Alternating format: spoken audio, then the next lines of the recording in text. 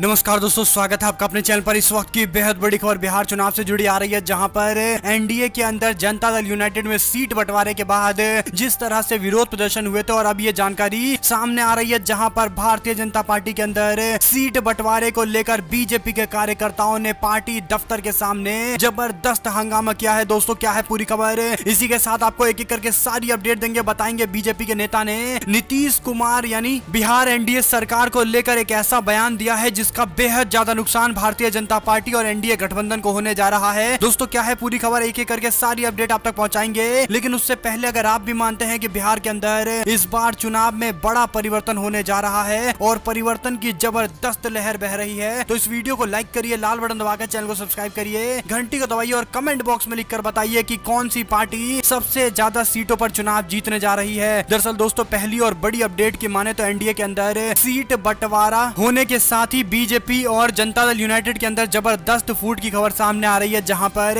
प्रदर्शन करने के लिए भारतीय जनता पार्टी के कार्यकर्ताओं ने पटना के अंदर बीजेपी के राज्य दफ्तर के सामने जाकर जबरदस्त प्रदर्शन किया है और पार्टी के नेताओं के खिलाफ, पार्टी के खिलाफ भी जमकर नारेबाजी की है। कुल मिलाकर इन सभी लोगों ने कहा कि वह अपना प्रत्याशी इस बार बिहार के चुनाव में चाहते हैं, और ऐसे में दोस्तों भारतीय जनता पार्टी के नेता जो दिल्ली से टिकटों का बंटवारा कर रहे हैं, उनसे काफी ज्यादा नाराजगी दिखाते हुए बीजेपी के कार्यकर्ताओं ने जबरदस्त विरोध की बात कही और साथ ही साथ पार्टी के कैंडिडेट के खिलाफ अपने उम्मीदवार उतारने का भी ऐलान कर दिया है। कुल मिलाकर जनता दल यूनाइटेड के बाद अब भारतीय जनता पार्टी के अंदर इस तरह का ये बड़ा विरोध देखने को मिल रहा है। चलते हैं एक और बड़ी अपडेट की तरफ, जहां पर दोस्तों भारतीय जनता पार्टी और जनता दल यूनाइटेड के सहयोगी जीतन राम मांझी के पार्टी के अंदर भी विरोध की जबरदस्त आवाजें उठनी शुरू हो गई है। हम आपको बता दें कि पार्टी के कार्यकर्ताओं ने अपने नेता जीतन राम मांझी के खिलाफ धरने पर बैठ गए हैं और जीतन राम मांझी को धृतराष्ट्र बताते हुए कहा कि उन्होंने केवल और केवल अपने परिवार के लोगों को टिकट बांटा है। दरअसल दोस्तों, तकरीबन 7 सीटों पर चुनाव लड़ रहे हम पार्टी की ओर से जीतन राम मांझी और तकरीबन 4 और उम्मीदवारों को उतारा गया है, जो सीधे तौर पर जीतन राम मांझी से संबंध रखते हैं, यानी उनके रिश्तेदार हैं, जिसको लेकर पार्टी के कार्यकर्ताओं में जबरदस्त नाराजगी देखने को मिल रही है। और ऐसे में यह स्पष्ट हो चुका है कि ऐसी पार्टियों के नेता केवल और केवल अपने विकास के लिए लगे हुए हैं, उनको समाज से किसी तरह का कोई लेना देना नहीं है, क्योंकि अपने लोगों को ही केवल चुनावी मैदान में उतार रहे हैं। और सीधे तौर पर दोस्तों, अगर आप इसे गौर से देखें तो 7 की 7 सीटें जहां पर हम पार्टी चुनाव लड़ रही है, वह आसानी से अब महागठबंधन जीत सकता है, क्योंकि हम पार्टी के अंदर ही विरोध शुरू हो गया है। एक और अपडेट की माने तो शक्ति मलिक हत्याकांड के मामले को लेकर आरजेडी ने अपना बयान देते हुए स्पष्ट तौर पर कह दिया है कि अगर इस हत्याकांड के दूर दूर तक तार तेजस्वी यादव से जुड़े हुए दिखाई दिए तो उनको फांसी दे दीजिए। राष्ट्रीय जनता दल की ओर से यह बयान दिया गया है और सीधे तौर पर हेडलाइंस मैनेजमेंट करने वालों को अपने पर तीखा हमला करते हुए राष्ट्रीय जनता दल ने यह बयान दिया है। और इसी के साथ में राष्ट्रीय जनता दल पूरी तरह से स्पष्ट है कि शक्ति मलिक हत्याकांड के मामले को लेकर राजनीति अपने चरम सीमा पर दिखाई दे रही है और चुनाव के अंदर तेजस्वी यादव के नेतृत्व के अंदर महागठबंधन जो तेजी से एक बड़े अंतर से चुनाव जीतने जा रहे हैं, उनके खिलाफ इस तरह के मुहिम चलाकर उनकी छवि को बिगाड़ने की कोशिश की जा रही है। इसी पर राष्ट्रीय जनता दल ने भी पूरी तरह से पुरजोर तरीके से जनता दल यूनाइटेड और भारतीय जनता पार्टी को आड़े हाथ लिया है। और एक और अपडेट की माने दोस्तों, तो बंगाल भारतीय जनता पार्टी के प्रदेश अध्यक्ष ने ऐसा बयान दिया है जिसको लेकर अब शायद महागठबंधन को प्रचार करने की भी जरूरत नहीं पड़ेगी और वह आसानी से चुनाव जीत जाएंगे। दरअसल दोस्तों, बड़ी अपडेट ये इसलिए भी है क्योंकि बिहार से सटे राज्य पश्चिम बंगाल के अंदर भारतीय जनता पार्टी के प्रदेश अध्यक्ष दिलीप घोष ने बयान देते हुए कहा कि बंगाल के हालात माफिया राज की तरह हो रहे हैं, यानी बिहार और उत्तर प्रदेश के माफिया राज की तरह बंगाल बनता जा रहा है। इस तरह का बयान उन्होंने पार्टी के बैठक और उसकी मीटिंग के दौरान दिया है, जो सीधे तौर पर अब सोशल मीडिया पर वायरल भी हो रहा है। और इसको लेकर नीतीश सरकार, योगी सरकार को लेकर गंभीर सवाल खड़े हो रहे हैं, क्योंकि बीजेपी के नेता ही मानते हैं कि यूपी और बिहार के अंदर पूरी तरह से माफिया राज चल रहा है। और एक और अपडेट की माने तो यूपी के अंदर कई शहरों में बत्तियां गुल हो गई। निजीकरण के विरोध में बिजली विभाग से जुड़े हुए कर्मचारियों ने हड़ताल की है। लोगों को काफी परेशानी का सामना भी करना पड़ा है। सोमवार को प्रदेश के अंदर ऊर्जा मंत्री के साथ समिति के पदाधिकारियों की बैठक, जिसमें ऊर्जा मंत्री ने निजीकरण का प्रस्ताव वापस लेने की घोषणा की और सहमति पत्र पर हस्ताक्षर किए। हालांकि यूपीपीसीएल और विद्युत कर्मचारी इस पूरे मामले को लेकर सहमत दिखाई नहीं दे रहे हैं और अपने काम पर लौटने को लेकर तैयार नहीं हो रहे हैं। यानी दोस्तों, देश के अंदर जिस तरह से निजीकरण तेजी से बढ़ रहा है, चाहे वह एरोप्लेन यानी एविएशन सेक्टर के अंदर प्राइवेटाइजेशन का मामला हो या फिर रेलवे के अंदर प्राइवेटाइजेशन का मामला, और अब बिजली विभाग को प्राइवेटाइज करने को लेकर इस तरह से बड़ा विरोध कर्मचारियों ने किया है, जिससे काफी ज्यादा मुश्किलों का सामना प्रदेश की जनता को करना पड़ा। एक और अपडेट की माने तो हाथरस मामले को लेकर राहुल गांधी ने कहा कि मैं इंसाफ दिलाने के लिए गया था। लाठी पड़ना कोई बड़ी बात नहीं है। और इस तरह से मोदी सरकार पर भी निशाना साधते हुए राहुल गांधी दिखाई दे रहे हैं। और ऐसे में दोस्तों, अगर आपको एक भी खबर अच्छी लगी हो तो वीडियो को लाइक करिए, लाल बटन दबाकर चैनल को सब्सक्राइब करिए, घंटी को दबाइए और कमेंट बॉक्स में लिखकर बताइए बिहार के चुनाव के अंदर इस बार राष्ट्रीय जनता दल को कितनी सीटें इस बार के चुनाव में मिलने जा रही।